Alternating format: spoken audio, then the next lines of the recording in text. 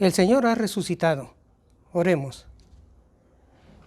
Te pedimos, Padre Celestial, que en esta mañana en que celebramos tu resurrección, tu Espíritu Santo abra nuestro entendimiento para comprender, atesorar y sobre todo vivir tu palabra. Te lo pedimos en el nombre de Cristo Jesús. Amén. En la reseña de la portada de un libro se leía esta pregunta: ¿puede el hombre moderno creer que Jesús resucitó? Me pregunto, ¿solo al hombre moderno se le ha dificultado creer en la resurrección de Jesús? Narra el capítulo 17 de Hechos que Pablo discutía con los atenienses. Entre ellos había filósofos, epicúreos y estoicos. Al oír que hablaba Pablo de un nuevo Dios, lo llevaron al Areópago para que hablara de esas novedades que habían despertado su curiosidad. Pablo pronunció un sustancioso discurso acerca del Dios invisible, creador, omnipresente, sustentador, soberano, que se relaciona con todo ser humano al que creó a su imagen. Ese Dios buscaba a todos los hombres para que se arrepintieran, porque todos sus actos serían juzgados. Hasta entonces, todos estuvieron atentamente interesados. Cuando Pablo dijo que serían juzgados por aquel varón levantado de los muertos, el interés se esfumó. Cuando oyeron lo de la resurrección de los muertos, unos se burlaron y otros decían, ya oiremos acerca de esto otra vez.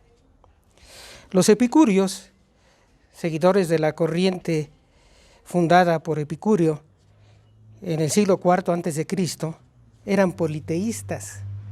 Enseñaban que los dioses no se relacionaban con los seres humanos y que con la muerte todo terminaba. Por su parte, los estoicos, corriente filosófica de a fines del siglo IV a.C., eran deterministas. El destino de cada ser humano ya estaba establecido de manera inalterable por la razón divina, lo que significa eso de razón divina. Siempre, no solo desde hace 24 siglos, han existido personas para quienes la resurrección no es un tema para discutirse, pues se trata de un asunto de fe. ¿Para qué personas?, me pregunto. Para quienes lo único real y posible lo constituye exclusivamente lo que nuestros limitados sentidos perciben. Sí, debemos reconocerlo. La resurrección es un asunto de fe, pero la fe no consiste en un salto al vacío, tiene un fundamento. Como lo expone Pablo en la primera carta a los Corintios, capítulo 15, versículos 1 al 22. Pasaje en el que desarrolla tres cuestiones: la declaración de la fe en la resurrección de Jesús, el fundamento de la fe en la resurrección de Jesús, la importancia de la congruencia de la fe en la resurrección, y concluye con una promesa para los creyentes: resucitaremos. Las cartas a los Corintios, Pablo las dirigió a creyentes en Cristo, a una iglesia, por lo cual empieza este capítulo recordándoles su situación espiritual. Leemos en 1 Corintios 15, 1 y 2. Además os declaro, hermanos, el evangelio que os he predicado, el cual recibisteis, en el cual también perseveráis, por el cual asimismo, si retenéis la palabra que os he predicado, sois salvos, si no creísteis en vano. Pablo les recuerda a los corintios 4 cosas. Él les predicó el evangelio. Ellos creyeron en el evangelio. Ellos perseveraban en el evangelio. Otros han traducido, se mantienen o permanecen firmes. En griego la idea es más fuerte. Dice, estáis anclados en el evangelio. Y por último, crees en el evangelio. Dice, sois salvos. El tiempo de este verbo indica que continúan siendo salvos. Se refiere a la santificación, el proceso de crecimiento en el conocimiento de la palabra de Dios y al perfeccionamiento del carácter, fruto del Espíritu Santo, por el cual cada día nuestro carácter debe parecerse más al carácter de Cristo. La declaración de la fe la leemos en 1 Corintios 15, 3 y 4. Porque primeramente os he enseñado lo que asimismo recibí, que Cristo murió por nuestros pecados, conforme a las Escrituras, y que fue sepultado, y que resucitó al tercer día, conforme a las Escrituras. Pablo comunicó lo que aprendió y creyó. Él dice, primeramente os he enseñado lo que asimismo recibí. Pablo tuvo 3 fuentes de aprendizaje. ¿Nunca se han preguntado por qué persiguió Pablo a la iglesia? La respuesta resulta muy simple, porque rechazó lo que oyó. Esto constituyó su primera fuente. Luego, la enseñanza directa de Dios. Y por último, la que recibió a través de otros. Tuvo un gran guía y compañero, a Bernabé.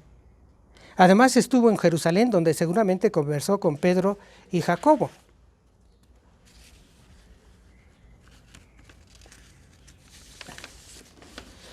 La declaración de fe tiene como fundamento 3 hechos, interpretados a la luz de las Escrituras. Los 2 primeros hechos no necesitaban comprobarse, puesto que habían sucedido relativamente hacía pocos años y había muchos testigos. Pablo recurre a las Escrituras para interpretarlos. Cristo murió por nuestros pecados conforme a las Escrituras. Sin duda se refería a Isaías 53, 5 y 6. Mas él herido fue por nuestras rebeliones, molido por nuestros pecados. El castigo de nuestra paz fue sobre él, y por su llaga nosotros fuimos curados. Todos nosotros nos descarriamos como ovejas, cada cual se apartó por su camino, mas Jehová cargó en él el pecado de todos nosotros.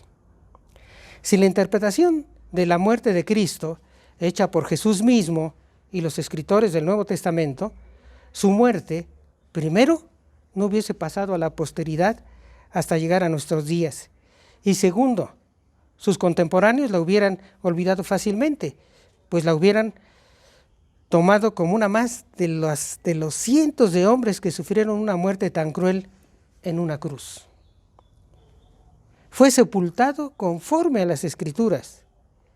Lucas 23, 50 al 53, narra que cuando Jesús ya había muerto, José de Arimatea fue a Pilato y pidió el cuerpo de Jesús, y quitándolo lo envolvió en una sábana y lo puso en un sepulcro abierto en una peña, en el cual no habían puesto a nadie. Los sepulcros nuevos se asignaban a las personas ricas o importantes. Isaías 53, 9 profetizó, y se dispuso con los impíos su sepultura, mas con los ricos fue en su muerte. Resucitó al tercer día conforme a las Escrituras. 2 pasajes del Antiguo Testamento apoyan la tercera afirmación de Pablo. El Salmo 16, versículos 8 al 10, de manera específica el versículo 10, porque no dejarás mi alma en el sepulcro, ni permitirás que tu santo vea corrupción. Y el profeta Oseas, en el capítulo 6, versículo 2, nos dice, nos dará vida después de 2 días, en el tercer día nos resucitará y viviremos delante de él. Además, Jesús mismo había enseñado que como estuvo Jonás en el vientre del gran pez 3 días y 3 noches, así, dice, estará el Hijo del Hombre en el corazón de la tierra 3 días y 3 noches. Pablo interpreta con base en las Escrituras la muerte, sepultura y resurrección de Jesús, pero solo fundamenta con testigos la resurrección. Para la muerte y sepultura no se necesitaban testigos. Sin embargo, de la resurrección de Jesús, un hecho sobrenatural desde el punto de vista humano, cualquier persona sensata exige testigos. Pablo no cita a todos los testigos de la resurrección de Cristo. Los evangelistas narran la experiencia de otras mujeres y varones que lo vieron y estuvieron con él, con Jesús. La selección de testimonios de Pablo, por tanto, no es exhaustiva, ni cronológica, sino cualitativa. El versículo 5 dice que apareció a Cefas, o sea, a Pedro. al más cercano, temerario y a la vez medroso y desalentado de sus discípulos, y era el líder. No tenemos detalles de esta aparición de Jesús a solas con Pedro, solo la noticia de los discípulos a quienes Jesús se les apareció camino a Emaús. Decían ellos: ha resucitado el Señor, verdaderamente ha aparecido a Simón. Lucas 24:34. Prosigue el versículo 5, y después a los 12, a sus miedosos discípulos y amigos, aunque solo para entonces eran 11, aún se les seguía conociendo con el título de los 12. Relata Juan que el día de la resurrección, pese a las noticias de que había resucitado, los discípulos estaban reunidos con las puertas cerradas por miedo a los judíos. Juan capítulo 20, versículo 19. Después apareció a más de 500 hermanos a la vez, dice el versículo 6. Algunos comentaristas prestigiados identifican esta aparición con la ocasión cuando el Señor Jesús dio la gran comisión, Mateo 28, 16 al 20 y Hechos 1, del 1 al 11. Pablo tuvo dos propósitos al mencionar esta aparición: proporcionar un dato contundente por el número de testigos y porque la mayoría vivía aún, y destacar la trascendencia de la resurrección para obedecer el mandato de ser discípulos en todo el mundo. Las dos siguientes apariciones citadas en el versículo 7 solamente las reporta Pablo. Después apareció a Jacobo, a su hermano incrédulo. Durante el ministerio de Jesús, ni sus hermanos ni sus hermanas creyeron en él. Incluso pensaron que estaba fuera de sí. Ustedes lo pueden leer todo esto en Juan capítulo 7, versículo 5, y en Marcos capítulo 3, versículo 21, y versículos 31 al 32, y también en el capítulo de Marcos 6, versículo 3. Y después, versículo 6, versículo 7, la segunda parte, dice: a todos los apóstoles. ¿Por qué Pablo menciona una aparición a los 12 y otra a todos los apóstoles? Con todos los apóstoles se refiere a todos aquellos que Dios escogió y envió a predicar y a dar la organización y doctrina a la naciente iglesia. Entre ellos estaba Jacobo, el hermano de Jesús. Antes de pasar al último testigo, resulta importante detenernos a reflexionar acerca de las anteriores apariciones. Pablo menciona testigos de primera mano, testigos presenciales. Vieron, oyeron, incluso algunos tocaron a Jesús, algunos conversaron con él y comieron con él. La mayoría podían ratificar su testimonio. Habían pasado tan solo 25 años de la resurrección. Todos eran incrédulos, no solo Tomás. Estaban desorientados y desalentados, tenían miedo y algunos estaban avergonzados. Después de su experiencia con Jesús, con el Jesús resucitado, ¿qué sucedió con los testigos? Menciono solo a dos que ilustran lo que sucedió con todos. A Jacobo, el hermano de Jesús, lo hallamos unos días después junto a su madre y sus hermanos, orando con los discípulos.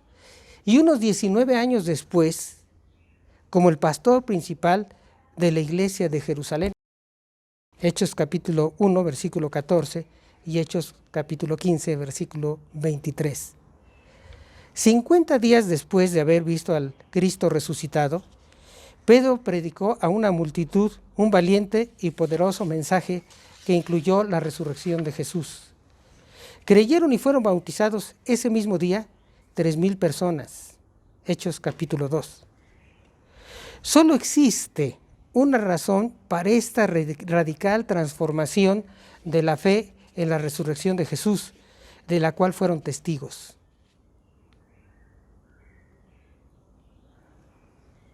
La fe en la resurrección de Jesús. Solo eso. Continúo con el último testigo, versículo 8. Escribió Pablo: al último de todos me apareció a mí, como un abortivo, califica su experiencia como un suceso fuera de tiempo. Habían transcurrido para entonces 1 año de la resurrección de Jesús, aproximadamente. Y fue la última aparición, no hubo otra más. Pablo se consideraba el más pequeño de los apóstoles porque no soy digno, decía, de ser llamado apóstol porque perseguí a la iglesia de Dios. Sin embargo, escribió: por la gracia de Dios soy lo que soy y su gracia no ha sido en vano conmigo.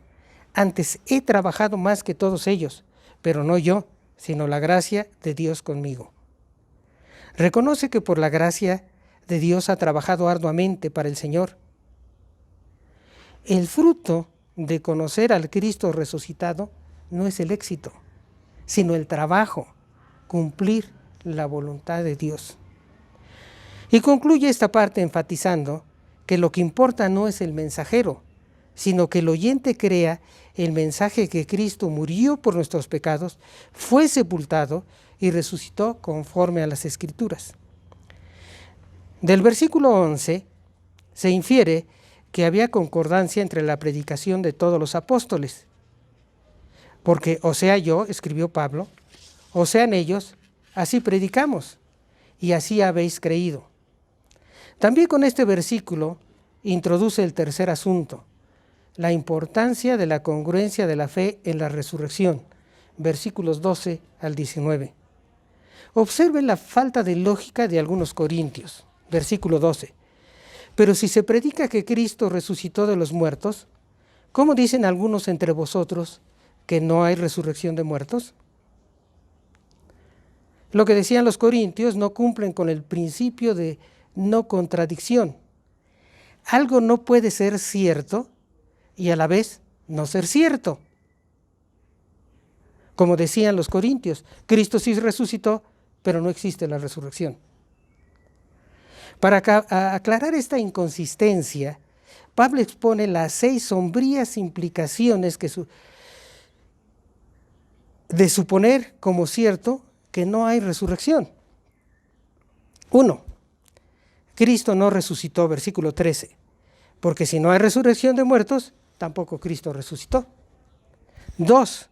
Nuestra predicación y fe serían vacías, versículo 14. Y si Cristo no resucitó, vana es entonces nuestra predicación, vana es vuestra fe. 3.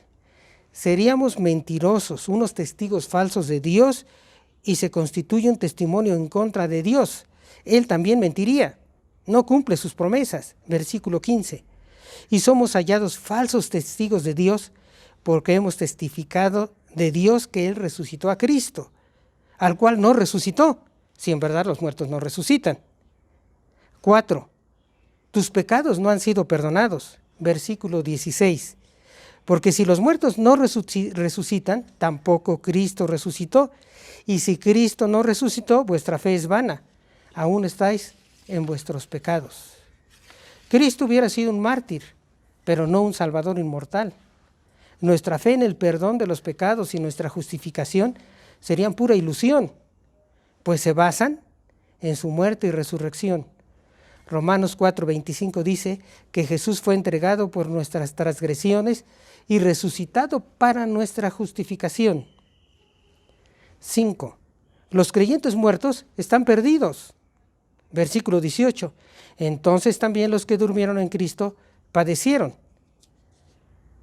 Durmieron es un eufemismo, una palabra suave para decir que se murieron.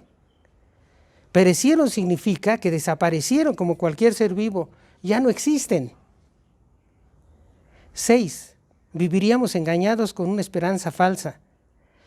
En la Biblia de Jerusalén, la traducción del versículo 19 es muy clara. Si solo para esta vida tenemos nuestra esperanza en Cristo, somos los hombres más dignos de compasión. Aunque eran politeístas los epicúreos, tendrían razón. Deberíamos disfrutar todos los placeres que la vida pueda darnos, porque no hay otra vida, porque seríamos aniquilados, nos convertiríamos en polvo, solo polvo. Pero el creyente no se rige por este sombrío panorama, sino por la certidumbre basada en la interpretación de las Escrituras. las pruebas testimoniales de la resurrección de Jesús mencionadas por Pablo y la fe en la promesa de nuestra resurrección. Versículos 20 al 22 dicen: Mas ahora Cristo ha resucitado de los muertos, primicias de los que durmieron es hecho, porque por cuanto la muerte entró por un hombre, también por un hombre la resurrección de los muertos. Porque así como en Adán todos mueren, también en Cristo todos serán vivificados. Pregunto, ¿por qué seremos vivificados y resucitados? ¿O resucitados? Enumero 4 razones que Pablo proporciona en este capítulo 15 de Primera de Corintios. Solo las menciono. Resucitaremos porque Cristo resucitó. Entró por un hombre, por Cristo, la resurrección de los muertos. El verbo resucitó aparece en los versículos 4, 12, 13, 14, 17 y 20. El tiempo en griego indica una acción que sucedió y permanece. Queda resucitado. Ya no muere. No es como Lázaro, quien volvió a morir. Ciertamente Cristo es el primer resurrecto con un nuevo cuerpo inmortal. Adán y Cristo son cabezas de una creación. Adán nos representó y falló, morimos. Cristo nos representó y triunfó. Nosotros viviremos, resucitaremos. Resucitaremos porque necesitaremos un cuerpo vivificado en el cielo. Versículos 45 al 50. Resucitaremos porque es necesario para que la profecía se cumpla. Versículo 54. Resucitaremos para demostrar que Cristo salió victorioso de la muerte y nosotros con él. Versículos 55 al 57. En esta difícil etapa que atravesamos, en la que diariamente a las 7 de la noche sin fallar, nos enteramos de la cuenta creciente de los que mueren en el mundo y en México. Se acrecienta la conciencia de nuestra fragilidad como seres humanos y que la muerte es una amenaza, una posibilidad muy cercana para cualquiera de nosotros. Alguien dijo que uno solamente será libre cuando no ame la comodidad y no tema la muerte. Y esto último resulta lo más difícil de superar. Me refiero al miedo a dejar esta vida hermosa que el Señor nos ha permitido disfrutar para enfrentar una experiencia desconocida. Decía un amigo, le pasó lo que nunca le había pasado, se murió. Por otro lado, acerca de la vida celestial, casi todos quisiéramos saber más de lo que la Biblia nos ha revelado. Suponemos que nos sentiríamos más tranquilos. Pero Dios, por su amor y soberanía, ha decidido revelarnos solo lo suficiente para que, ejerciendo nuestra fe fundamentada, esperemos en paz el momento en que Él nos llame a su presencia y anhelemos el día en el que su promesa se cumpla y victoriosos en Cristo seamos vivificados. Porque Cristo ha resucitado de los muertos. Primicia de los que durmieron es hecho. Oremos. Padre Celestial, te damos gracias en esta mañana porque recordamos que Cristo resucitó para el perdón de nuestros pecados y nuestra justificación, pero también para darnos la esperanza de que resucitaremos cuando Él vuelva. Permite que, confiados en estos hechos y en estas promesas, esperemos el momento de que tú nos llames para que disfrutemos contigo una nueva vida resucitados para siempre. Amén.